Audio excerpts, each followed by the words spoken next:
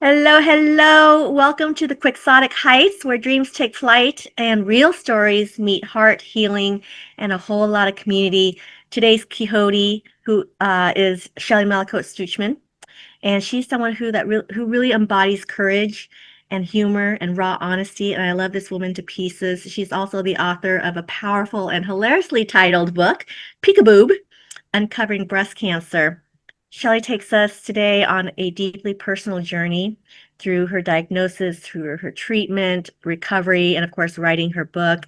And she does this with amazing sense of humor and a fierce refusal to let cancer steal her joy. I think it's just an amazing attitude that she brings to this. And her story is not only about surviving, it's about reclaiming identity, body image, and her voice.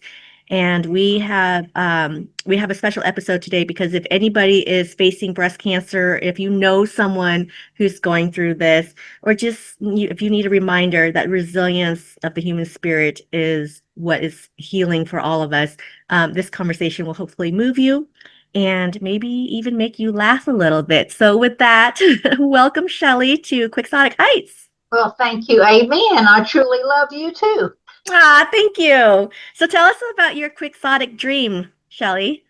Well, when I published this book during some of my research in 2024, I found out that 172.78 million women lived in the United States. And so I thought, okay, 1 in 8 women will be diagnosed with breast cancer in their life. And so that means that I would have 21,597 5,500 books that would be possibly sold to all these women, and that was my dream. Now, has that happened? No, I haven't even hit the 1,000 mark yet, but it's still a dream. But Amy, I do want to tell you about a dream I reached. Yes.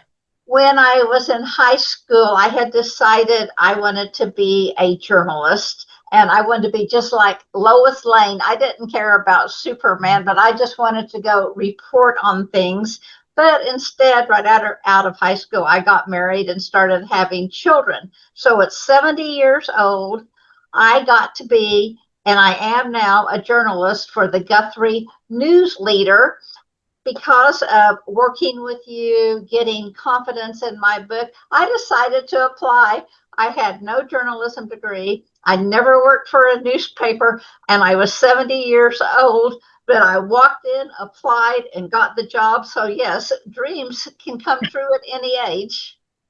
I love that. Thank you for sharing that story. And first of all, you don't look 70. Oh, well, So thank you. there's that. And I think I agree with you. You know, dreams don't have an expiration date. They don't have a shelf limit, right? Like we can pursue it and continue to pursue it. We just got to be bold and walk in there with a little bit of confidence. So Right, congratulations. and I hope to live long enough to see that 21 million mark of book sales. Because the question, I mean, it's the yet, right? It hasn't happened yet, but it doesn't mean it Right. won't. And I believe you can do that. First of all, so let's talk a little bit more about your book, Peek-a-Boob. Okay. How did you land on such a bold, cheeky title? When you get breast cancer, you wear this cape. And I tell you what, it has one tie around the neck. It's open in the front. You talk about a wardrobe maladjustment getting ready to happen. This is it. But every time you put one of those on, the doctors or the nurses would come and pick up a little side of it and make the comment. All of them did this. I need to take a peek at your breast. Hmm. Every time I just wanted to jump up and go peek-a-boob, but I didn't have the courage. So my title came out of a lack of courage, but with a sense of humor. That's perfect. That's perfect. And even the subtitle is perfect because this book is part memoir, but it's also a guide. Can you tell us a little bit about your approach? Like, why did you decide to write it that way? Well, I started putting my journey on Facebook, and as I did, I kind of came into a rhythm of it. With each post, I would write about what was happening that day to me, whether it be a test, something emotional, another surgery, whatever it was. And then I would follow up what I wrote, what I was feeling, what I was experiencing with some web information, usually from the cancer website or MD Anderson or the Mayo Clinic. Then I would always put an inspirational quote that I found underneath that, because I'm a quote person and I just love quotes. And I would finish off with a little part called A Note to You, where like you and I were sitting down and just having a cup of coffee and discussing what I had just told you about. And after about a month of writing these every day and being very transparent, I started getting private messages on Facebook from women, not just in the United States, but all over the world. I even had a gentleman buy my book from Dubai for his wife because he didn't know how to handle it. And apparently they read English. But more and more of these women said, "Oh, you're telling me things that the doctors don't tell me, and I appreciate your transparency. You should write a book." And so when I got towards the end of my treatments, I kept thinking about that. And so I had all this information. I'd saved everything I wrote. So it made it easy then to write a book in order of exactly how I felt, which then makes it a guide. Wow. That's this is a very personal journey, and it takes a lot of bravery, I think, to put yourself out there on the daily on Facebook. I don't know if it was private setting or public setting. It must have been public if somebody in Dubai reached out to It you. was. But that takes a lot of courage, and I'm wondering, why did you decide to put it out there like that? Well, I have a helping heart, I guess. I don't mean to say that to be, bragging or thing. It's just the way I am. And I feel like if I can help somebody by my experience, by my transparency, maybe that's what I'm on earth for, because I always believed that we're born to help each other. Yeah, I agree with you. I think we all have a purpose, and sometimes it takes a while for us to figure out what that purpose is, and oftentimes to be the inspiration and be the light or the trailblazers for somebody, we have to go through that pain firsthand, right, and experience it ourselves Right. before we can help others. Were there any stories or any experiences you felt you had to hold back on, or did you decide to pretty much include everything and share everything? Yes, there was one chapter I wrote that was probably crazy enough the most difficult chapter for me, and that was on being ghosted by a couple of friends. Mm. I thought these ladies were my friends for life, and we had been friends probably 25 years. And once I got cancer, they never said, "I'm sorry." They never sent a text, never a phone call. And so I reached out a couple of times and said, "Hey, did you hear? I could really use a phone call from you. I miss seeing you." And nothing. And so I finally decided, well, there's a lot of other people in my life that are supportive, and I'm not going to waste time on being hurt and upset about them. And so I decided to write the chapter because I thought, for other people's friends that maybe don't know how to reach out, hey, just pull up your big girl panties and make the call and talk to them. They are the ones going through the crap. And even if it upsets you, be a friend enough to take a little bit of that on. And Mhm. that chapter was hard for me to write because it was painful to lose people that I thought were my true friends, but did not prove to be. Yeah, that's interesting. I don't understand that either, especially when you've been friends with people for 25 years. Right. I'm thinking about my Mahjong sisters. This year in 2025, we're celebrating our, 20 plus anniversary together, and we're doing a big trip together. And we've been through everything too, the health Right. scares, the bad and good relationships, all that stuff. And so I would think too that, they'd be there for me through thick and thin. And so I'm sorry you had to go through that, Shelley. Um, I just, yeah, people surprise us in good and unfortunately bad ways sometimes, but you But the broke good that. thing was I made a whole lot of new friends through the breast cancer support groups that have just been darling to me. We've walked the same path, and a lot of people that I didn't know became very big supports, and now they're good friends. So actually, I gained more friends than I lost through it. Good. Yeah. And people come through our lives, no matter how brief or how long, for a purpose, I think. And you've grown from this experience and you need to be around certain people who continue to uplift you, right? And so Correct. glad you found your community and your tribe. Um, Yes. Thank you for sharing that. Can you walk me through, our listeners, through the first time that you received your diagnosis? What was that moment like? Well, actually, when I got the call back, I was at work and it was a 4:30 on a Friday afternoon. And the lady said, we need you to come back on Monday because we need to do some more testing. We saw some suspicious areas that we would just like to recheck. And so I said, thank you, hung up, but I hadn't processed what she said yet. And then after I sat at my desk a few minutes, all these questions started coming in my head, and I called back.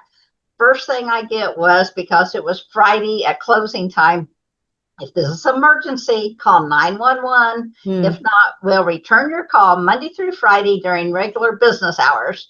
Yeah. Well, it did feel like an emergency to me, but the way I handled that weekend was much like an alcoholic would probably handle something with too much to drink. I could eat myself into a coma and binge on Netflix. So I laid on the couch and I ate every piece of chocolate candy, cakes, potato chips. I ordered in pizza, you name it. Oh, bowls and bowls of ice cream. And I numbed myself through the weekend until Monday morning when I would go back for the tests. And I also had gained 3 pounds in one weekend. Mm. But I just kind of floated away from it and watched lots of Netflix, ate lots of food, and did not face reality until Monday when I had the test. Then by Wednesday, I had had my diagnosis, and I was ready for it then. And oddly enough, when I read where it said carcinoma of the left breast, I was really happy. Now, I'll tell you why. My son had been diagnosed with prostate cancer the year before. He was 40 years old, and the doctor was just watching it because it was very small and encapsulated, and he didn't want to put him through the treatments for as a 40-year-old man would have to go through. And so I kept praying, okay, God, please, please heal my son. And if you feel like that tumor has to go somewhere, I'll gladly take it. So I really thought when I saw that my son was healed. Mm. Well, the next week, my son had his checkup and his tumor had grown. And so I went through a real low period right then because I had felt like I had been betrayed by God, and that my prayers had gone unanswered. And it took me a while to get through that anger and start believing in my faith again. And I'd say probably took me a good 2 months to work through that. Yeah, because now you both were dealing with cancer, and that's scary. Very, very scary. What brought you into the doctors in the first place? Just my regular Annual? yearly mammogram, Mm. and I had no symptoms except I was a little more tired than usual, but I just thought it was because I was 67 years old. I was still working full time, and I was, dating then because my husband and I were not married yet. So I just thought I was burning the candle on both ends, and that was why I was more tired than I normally was. Mm-hmm. Wow. So let's talk a little bit about your husband. How did he, if he wasn't your husband then, how did he take the news and was he able to support you through this journey? Yes, my husband's nickname is Cameraman. His real name is Neil. And when I told him, the first thing he said it was, we're in this together. Well, Mm. then he continued to go to all my breast cancer appointments with me. And I had my surgery, which consisted, my first surgery was a partial mastectomy and some lymph nodes removed under my arm. And while I was home healing, I had this huge stress. And I know you do not heal as well when you're anxious and stressed out.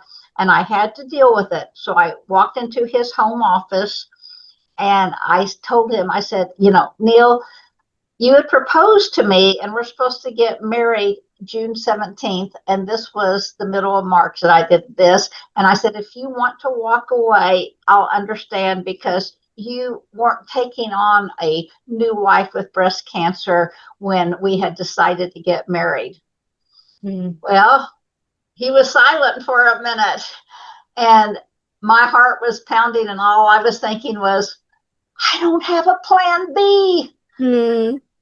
Then he stood up from his chair, walked over to me, put his hands on his hips, pointed at me, and said, go put on your prettiest dress right now. We're going to get married tonight. What? Hallelujah. That's what I wanted to hear. But I was so happy inside. But for some reason, instead, I just said, thank you. And so No. I told him, well, let's go ahead and wait till June 17th so our family and friends could be there. But that took away all the worry and anxiety I had that he may not want me anymore. And he's been, my support from the beginning and still is. Yeah, that's a beautiful thing, because I'm sure I'm curious to know what went through his mind, right, when you gave him that, you kind of dropped that on him, because here you are, you're in a relationship, you love this person, you're gonna marry them, you have this idea of what that future is gonna look like. And then, it's like through health, through the good and the bad, like, do you want to spend your life with being a caregiver, and not knowing the outcome, and what about the financial stress and like all this other stuff.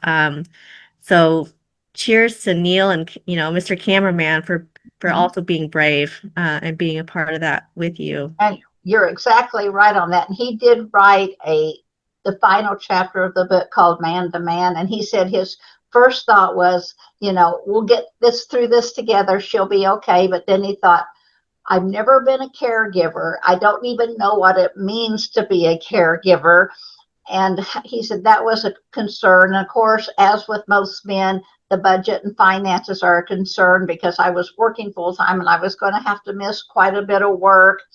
And then he also, as time went on, he also talked about sex to the men in the book, because what it wasn't that he did not find me attractive anymore. He still did, but he was afraid of touching and hurting me through all the surgery I'd been through. So those were things that we had to work together, and that nobody talks to the men about, but he did. And he's done several presentations to workshops for men, just talking man to man, and those have been very successful. That's amazing. I mean, like, who knew his journey would take that path as well, Right. to actually be speaking to others in his community about this. That's wonderful. Mm-hmm. So thank you for also for having him do that, because the more we know, right, the better we can arm ourselves. Can And the you? fact he's in his 70s, Amy, Mm. that helps a bit, because a younger man hasn't had all the life experiences yet. A younger man, of course, you're still working hard and trying to get your family together. Body image is much more important when you're younger, I believe, than when you become older. When you become older, being alive and breathing is all it takes. Priorities do shift. Yeah. Yes. Oh my goodness. Can you share with us a little bit about the treatment process? You had to go under several surgeries, you said, Mm-hmm. but what kind of treatment did they put you on? Well, the first treatment, of course, as I said, was the partial mastectomy and lymph nodes removed. Then what happened right after that was I got lymphedema. And that's one of the things the doctors never told me about could happen when you have breast cancer surgery and your lymph nodes are removed.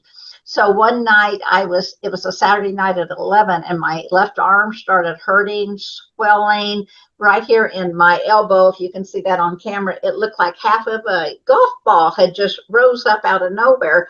I thought cancer was popping out all over my body. I know that sounds crazy, but that's the way I was thinking. Well, Yeah. the next day I found out from my doctor it was lymphedema, and I had to start through, oh gosh, it was probably 3 months of lymphatic massage and wearing a compression sleeve. But then I had brachytherapy, which was a form of radiation that is a wonderful way to go if you can. My radiologist told me that she only gets to do it about once a year because everything has to be just right for it to work on the patient. And they punched 18 holes in one side of my breast and 18 holes in the other side. And I had these tubes expanding out, looking kind of like peacock feathers. And then after 5 days of healing, I would go to radiation twice a day, and radioactive seeds would go through these tubes and be sucked back out. And the whole process each day took about 30 minutes. And I was so glad it was only a 5-day process. That way I didn't burn and it was over. And I'm thankful that my body was right for that. Mm. Then one of the medications they give you if you are an estrogen positive receptor cancer, which I believe they say 80% are, is called AI or aromatase inhibitors, or basically hormone blockers. And I had horrible side effects from those. Besides the joint pain, hot sweats, bulging stomach, I lost my cognitive ability. And to me, being able to think was the most important thing to me. I could not remember the names of people I worked with. And one of the girls I had worked with for 4 years sat down beside me, and I asked her if she was new. Couldn't even remember who she was. And so I decided to take the risk and take myself off that medication. And what it's supposed to do is to help keep you from having a recurrence, and you're supposed to take it for 5 years. But I thought at my age, at 67, I wanted to live quality rather than quantity at this point. So if I made the right decision or not, I don't know. But for me, I feel like I did. And then the last surgery, of course, was reconstruction therapy. And that was a breeze because I got basically cosmetic surgery for free. Mm. Wow. I think that's also a brave thing to do, to advocate for yourself, because you chose to take yourself off of that, even though you were supposed to take it for 5 years. And it's not a one size fits all, right? With medical treatments. And I think doctors do that because that's what they know. And oftentimes we patients are our worst enemies. We don't advocate for ourselves. We don't listen to our bodies. We just go willy-nilly, blindly, and that can be a detriment. But you did that. And 3 years later, right, 67 to Right. 70 years old, uh, you're now living a cancer-free life. And, Right. and as of this recording, it's almost June 17th. At June 17th will be our 3-year wedding. And today is, on June 10th, my 3-year cancer-free anniversary. Oh my goodness, Shelley. It's the day we rang the bell together. Okay, where's our bell? We need another bell. Well, Ding, ding, ding. congratulations. I love that. And your son, how is he doing? My son finally had a full prostatectomy in March, and the cancer has not come back. They don't believe it will. And it took quite a bit of healing for him, and his healing probably has been more emotional. If you know anything about a full prostatectomy, and I'm not sure why they did that rather than proton therapy, but I had to let him make his own decisions. For a man, it affects their manhood for a while, but he's been in physical therapy for all of that. And so I can see where emotionally that's been a tough one for him, but he's coming out on top. He's laughing again, and he's smiling, and he's actually dating a beautiful, wonderful Asian woman now that I will get to meet on Monday, and I'm excited to meet her. Yay! Well, one of the things I offer is a panel interview. So if you need me to interview this young lady, Okay. I tease, but thank you for sharing that because, it's important to have hope. It's important to have a strong community around you. And sometimes you have to build it yourself. If you don't have it, you have to build that community for yourself. Your life literally depends on it. And it sounds like you also had an amazing medical team. Uh, Yes.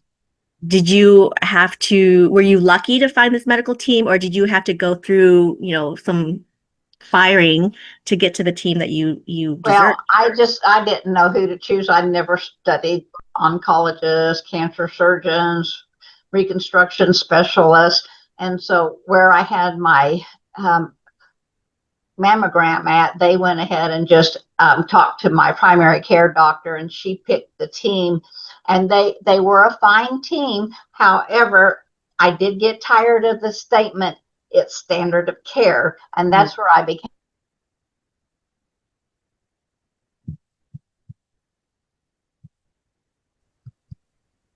Sorry, I think there was a little freeze there, so I didn't catch the last part. Okay. Um, Many times, so they would just do things. Oh, yeah, it's saying your internet connection is unstable. Okay, there we go. Many times when they would do things and I would ask about it, they would make the statement, it's standard of care. That never really set right with me. And that's why I did tremendous research and watched YouTube videos, read books, talked to people, and I would lots of times challenge them on the standard of care, and we would go on a different direction that I felt was better for me. Mm. Shelley, what's your professional background prior to being an author and being a reporter for the Guthrie newspaper? Well, I became an LPN right out of high school, and I worked as a nurse for many years, but I was really liked the marketing side of things better. So I went back to college in my 40s and took marketing courses, and then I became a marketer for things like home health, hospice, private duty.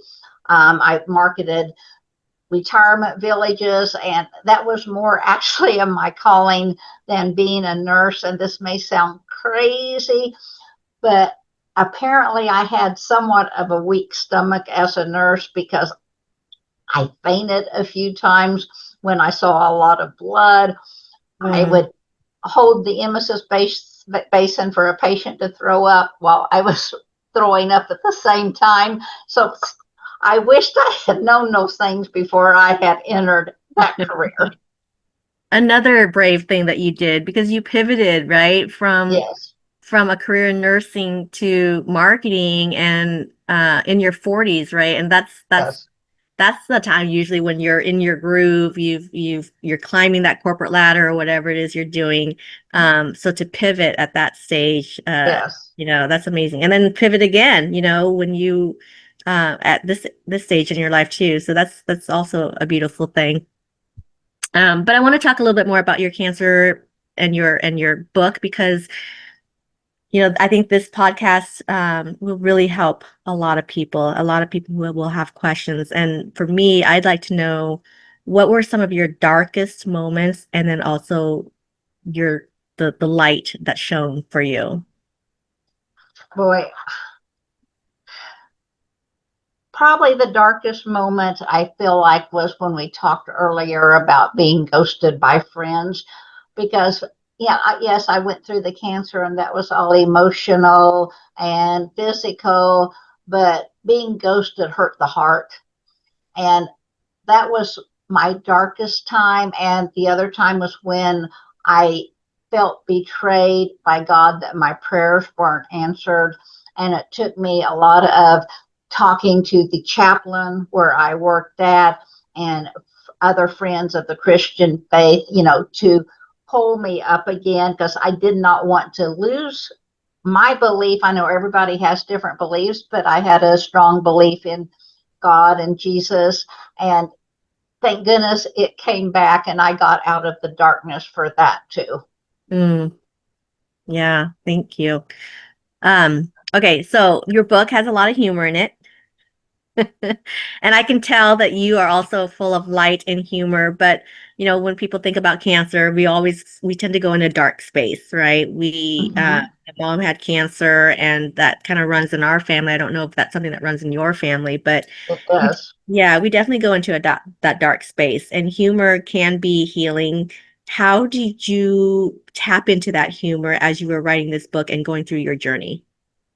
Well, when I had the lymphedema is when I learned about humor and its healing powers the most. Hmm. It's, it was just like 10 days before my wedding, and this lymphedema popped up, and the therapist told me I had to wear this ugly compression sleeve, even at my wedding, but I could take it off for a short time, she said. I had to wear it on my honeymoon, and the arm hurt, and I was just frustrated. And after that appointment, I went out in my car and I started pounding on my steering wheel, and I would say, "Okay, big guy, I've had enough. Stop it, stop it, stop it." And I'd pound some more. And then I looked over at the other car, and there was a person in that car who looked scared to death to open their door. And Mm. that tickled me. And I started then laughing hysterically, which I'm sure even made it worse for that Now person. you look like a maniacal person. Yes. So I drove off right away after I started laughing so they could open their door and could go in and not worry about their safety. But that, when I started laughing, then that put everything into perspective that, wow, I was screaming and yelling and being so sorry for myself. But when I started laughing, everything lightened up Mm. and everything seemed more manageable. Yeah, yeah. Well, do you have any more funny, unexpected moments during your treatment that you thought was like just a powerful thing for you too, an aha moment? Yes, I bought a little dog squeak toy, and it just fit right here in the palm of my hand, and I could close my hand. Well, I was going back to see the doctor that did the reconstruction therapy, and of course, right when she got ready to poke on my breast, I squeezed that squeak toy. She screamed and jumped back. I don't think she was real happy at first, but then she started to laugh. Oh, what a gift because you not only brought humor for you, right, but for her as well. And we need that. It's a gentle reminder that hey, shit happens sometimes, but we gotta stay positive and find the humor. Yeah. Well, it made it fun for me going into that appointment because I knew what I was going to do. So I felt kind of ornery. You were probably giggling the whole time. I was like, I Yeah. can't wait to do this. That's awesome. Um, you talked a little bit already about how the cancer affected your body. But can you dig a little bit more into how did it affect your body, and your partner, Neil, the friends and family around you? I know you were ghosted by a few, but tell about the other effects that happened for you. Well, first of all, Neil is an angel. And when I first unwrapped the bandages, not knowing what was going to be under, I asked him to stand with me in front of the mirror. And halfway through, he looks over at me and says, "Shelley, I'm not a boob man. I like the girl next door and someone I can talk to, and you're both of those." And Mm. so that made it really, really nice.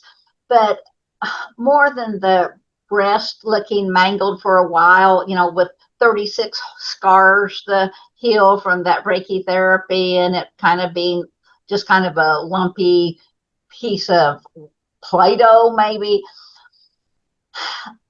What I hated was I started gaining weight with that aromatase inhibitor, and my belly was becoming rounded, and my none of my clothes fit, and I suddenly felt like a frumpy old woman.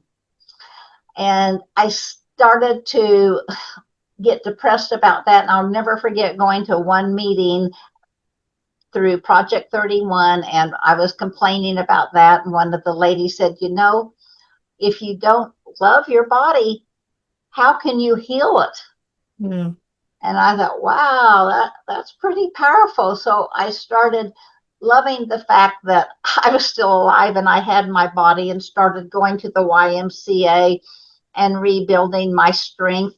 Now, some of that tummy pudge is gone, but not all of it. But now I'm accepting of that. And I'm still, I guess it's one of my goals is still to, get a little tighter, stronger body, because I am always working on that. And actually, I probably always been working on that since I was about 14 and started gaining some weight. Mm. Have you found that there's been a lot of changes and adjustments that you had to make pre-diagnosis and now in your healing journey, whether it be, changes to your diet, changes to vacation travel, your wardrobe, like all of that stuff? Yes. First of all, it was swimsuit. Um, oh gosh, I wanted to swim. I love to swim, but with all these scars on my breast, I just couldn't imagine what kind of swimsuit could I wear. So I found one of these that zip up to the neck and had long sleeves. And until I got comfortable with my body again, I found out I could swim with that and not be self-conscious. So my clothing changed that way. Now, I also have learned that I need to be so grateful for each day. There's an old saying, every day's a holiday, every meal's a feast. And yeah, I always liked that saying, but now I truly live it. And each morning I just wake up grateful. And yeah, that probably sounds cliche, but when you have a illness that a lot of people die from and you survived, grateful becomes part of your life. Mm-hmm. What about your writing and publishing journey? I mean, a lot of the writing you had already done, right? Because you were sharing these stories and these quotes and stuff on Facebook, and I would imagine that's a little bit easier to transcribe it onto something that's tangible for a book. But what was the process like for you from idea to publication? Well, as I was writing the book, I started taking every Zoom class I could on writing, and then I went to my first OWFI writers conference, and I was listening around, and they talked about doing pitches. Well, I didn't even know what a pitch was, but I thought, heck, I'll try one. What's the worst thing they can do? Roll their eyes at me. So I sat through a pitch with a gentleman named Steve Harrison, who's a literary agent. He was very nice and he made it very comfortable. And he said, yeah, I like your idea. Send me the first 3 chapters and a proposal. Well, I had never written a book proposal. And so when I do things, I don't tend to do them little. I tend to do big, and not understanding the process. I sent this gentleman a 60-page book proposal on why my book would be a good choice. And I know when he probably saw that, then he probably rolled his eyes. But he was very kind, and he said, I think this book has a good message and everything, but if I take it on as a traditional publisher, it's going to be 2 to 3 years before it even gets out there, and things may have changed. And I would hate for people to lose the ability to have this and this book be outdated in the medical world by then. And Mm-hmm. that's when I found you, Amy. And I started researching different publishers like yourself and how they help. But when I kept going back to you and talking to some of the people that you had already helped. And then I met you at OWFI, and I wrote you the check then because I didn't feel comfortable going through all this formatting, understanding the process. And frankly, I didn't want to learn it all. I just didn't feel like I wanted to spend my time doing that. So the money has been well spent. You are amazing. And of course, I'm working on a second book, and I don't know when it'll be finished, because one of the things I learned from my first book is don't let people push you. Don't hurry it, because I kept having people push me. When is the book going to be out? When is the book going to be out? But it wasn't ready for me to put it out yet. Mhm. And that's what I'm learning with this other book. I was hoping it would be ready this summer. It's probably not. It's probably going to be ready this fall. And of course, I'll go back to Amy for help in getting it out there. So that's the thing about publishing, well, writing and publishing. Every book has its own journey, and it's got its pain points and it's got its, amazing points too. And I think after you've published your first book, you think like a child, you're birthing another baby and it's going to be amazing because you've been there, done that, you know what you're doing.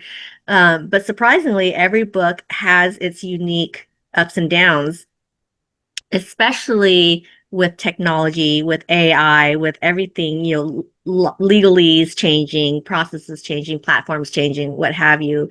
It has its challenges. So I commend you for writing a second book, which in a minute I want to know what that is. But the other thing too is I want to just acknowledge again your courage to pitch to an agent, to query an agent, because that's one of the scariest things to do as a new writer, trying to find a home for your book and hoping that it won't be judged so harshly or that you pray for the right words to come out of your mouth so that it would resonate with your agent, potential agent. So good for you, for just pulling on your big girl panties, like you said earlier, and doing the pitch, because that's how we learn, right? And you never Yeah, and know. I think everybody should pitch, because with that pitch, in that 15 minutes we had, or 10 minutes, I probably learned more in those few minutes than I did in the entire conference, even though the conference was very good.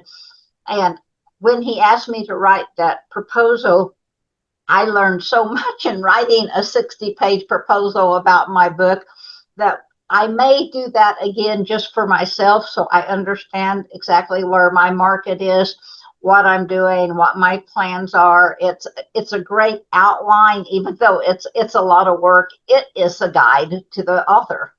Mm-hmm. So what tips do you have for other authors who want to pitch or write a query to agents and editors? Boy, you just, like you said, you just got to take a deep breath and realize most likely they're going to be kind, and they're there because they want to hear your ideas, and you never know when your idea is going to resonate or work with what their needs are. But if you don't do it, well, you're not going to get anywhere with it. But now that I have really looked at both sides, the traditional and the self-publishing, I like going through someone like Amy, because I do like having the control over my book that I would not have had if I had gone with a traditional agent. Mm-hmm. Mm-hmm. Good. So tell us about your second book, this project that you're working on. Well, one of the jobs that I had at one time in my life, I owned a mental health agency. I wasn't the psychologist, but I put it all together because I wanted to have an agency that provided free mental health to women over 40 that couldn't afford it. And there was nothing like that in my town. So I talked to a gentleman and a doctor in our town, and this one gentleman was making tons of money on these windmills, and he believed strongly in mental health. So he paid for the therapist that I had to come in to help with the patients. And then a doctor gave us the building for free because he liked the idea of people getting to have the free help they needed. And that is where I learned a lot about when you journal and you are asked questions that make you really reflect inside, you become stronger in knowing who you are. And you have to be strong in knowing how you react to things, so you won't let people sway you maybe to something that's not so good for you. And the book, as I said, is going to be a journal, but with a twist, because with each journal entry, It has a date, so you don't have to do it every day. And I have a question, and then I tell you a little bit how I dealt with the question. And then there's a space called Your Space, Your Thoughts, for you to answer that, so you can get to know yourself deeply. And just one of them I pulled out was journal entry number 180. There's going to be 365. I'm at a little over 200. As I said, I can't ever do anything small. But this page is, have you ever been a jerk? And here's what I wrote about my little story to kind of prompt the reader. I still remember being a jerk when I was 13. I had a friend who was different from everyone else, which made her unpopular with others. Some of my friends warned me that if I kept hanging out with her, they'd consider me a freak too. In response, I hosted a slumber party and deliberately excluded her, hoping to show the other girls that I wasn't like her. That entire night, I felt awful, realizing I had purposely hurt my friend to maintain my own social standing. I regret being a jerk, and I wish I could undo that night. Have you ever been a jerk? Your space, your thoughts. Oh, wow. That's great.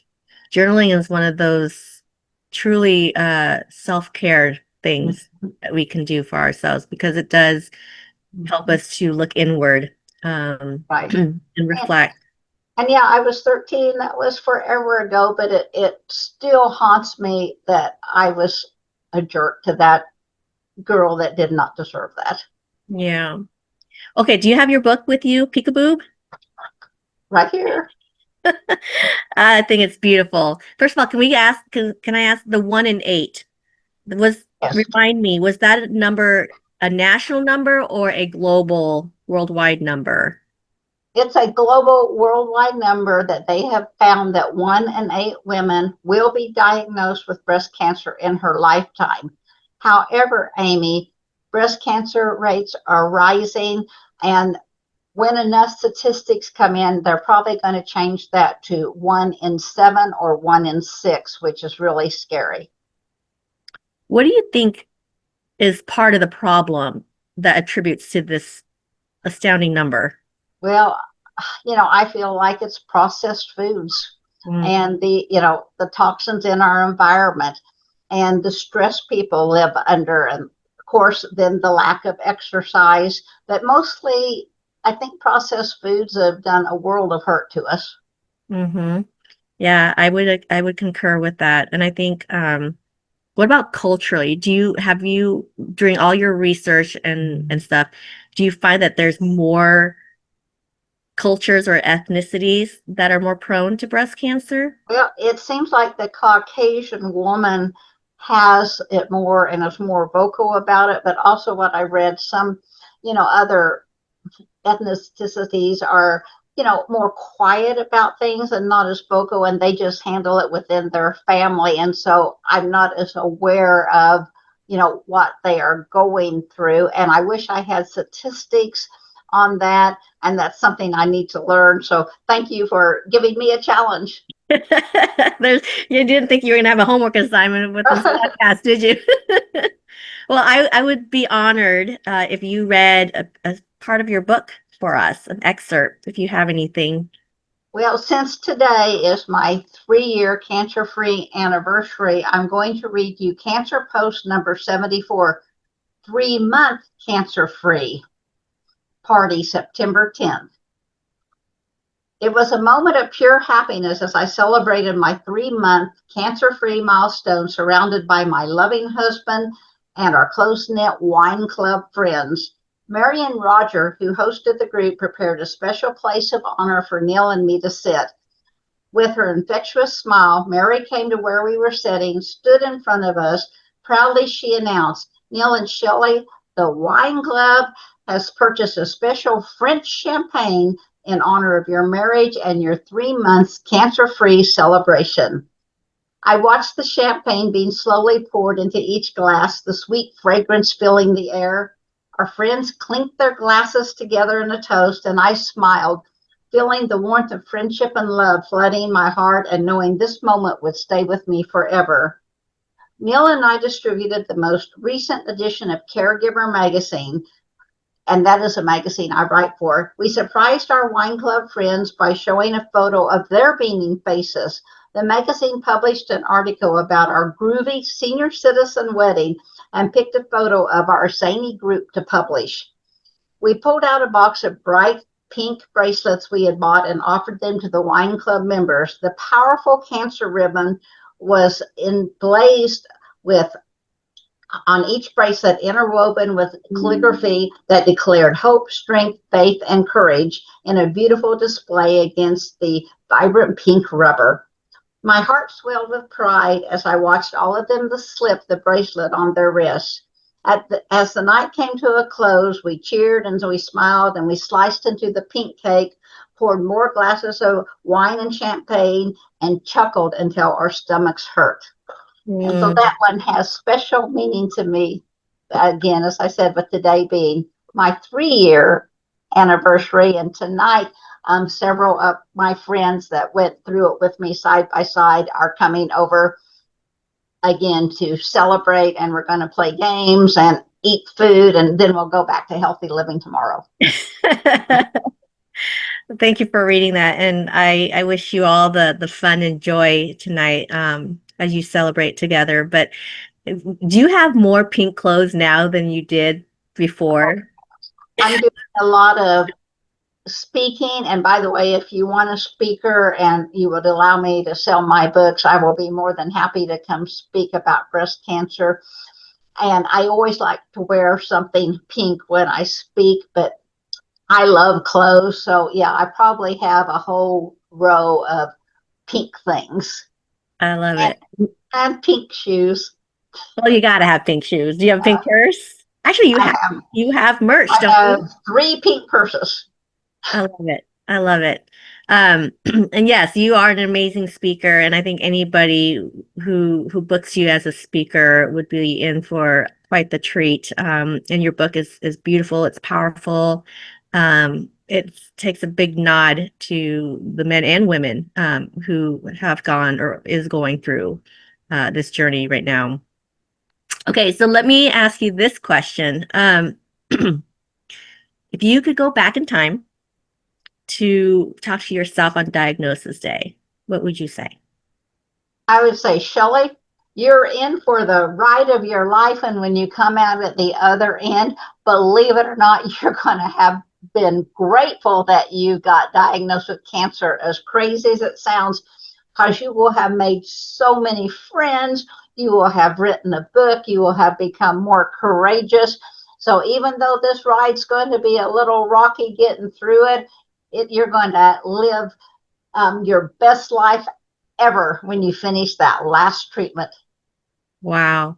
What would you say to somebody who's going through that now or just got diagnosed? Do you think you would say the same thing for them, or what would you say? No, because they aren't ready to hear that at that point. I would, sympathize, and I would tell them, do all the research you can. There's wonderful YouTube videos that you can listen to, books you can read, including, of course, Peek-a-Boob, and just immerse yourself in knowledge. I know some people don't want to do that because it upsets them, but the more knowledge you have, the better you can talk to your doctors and understand what the treatments are, or you can suggest to them, hey, I learned about this treatment, would it be better?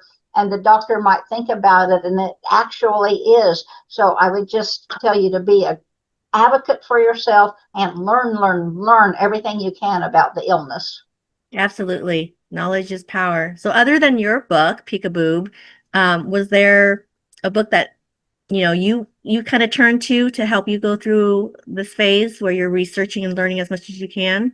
Yes, there was one called Chris Beat Cancer, and it was a gentleman that went the holistic route and talked a lot about diet, and he did have the tumor removed, but from that point on, he believed in prayer, diet, exercise, and I looked at a lot of his recipes, and I did not go holistic, completely, because I still use the medical team, but I combined some of his holistic ideas with the food, with the exercise, with the Zen type meditation. And I think the two combined are very helpful. Okay, great. Thank you. We'll have to make sure we put that in the show notes so that other listeners can look at that book as well. Are there any topics as we come to a close that you want to cover that we didn't talk about already, Shelley? Boy, let me look at my paper here. I think I put something down. Oh yeah. Well, right now the tide has turned with my husband, cameraman. He is experiencing congestive heart failure, and it's my turn to be the caregiver. But we built such a bond of caregiving for each other. We know we're there for each other, and that helps so much. But when he was in the hospital, there was a very touch and go night. And the doctor told me to call his daughters saying that he didn't think he had 30 days to live. Well, that was the hardest call I ever made. And I'm just so grateful that his daughters didn't say, why didn't you get him to the hospital sooner? They just said, oh, tell us more about how dad is doing. How are you doing? And I'm grateful for that. But yeah, sometimes the tables turn, and they have, and we're going to get through this heart problem, which he will have to live with the rest of his life with some medications and low sodium, but we're doing it together. Mm-hmm. And humor helps too. I think that's great that you have each other through this, and it's clear that you have love on your side, which love is a very powerful thing. Thank you for sharing that with us. And again, for all those people that don't feel like they have a partner, remember, we didn't even get married till I was 67, and we didn't meet till I was in my, like, I think I was 61 or 62. Yes. Just that's all you can do is just keep on living, right? And wonderful things will come your way. Shelley, thank you so much for spending the hour with me and sharing your story. I'm just in awe of all the things that you've been through, all the bravery, and you wear it with like a badge of honor, like a valor badge, I guess. But until next time, everybody out there, I just want to remind everybody to face your fears and lean into the people that are close to you. You know, live life fully with love and humor, and give yourself grace. You know, be kind to yourself. We're all going through something one way or another, but we together, right? We can uplift one another.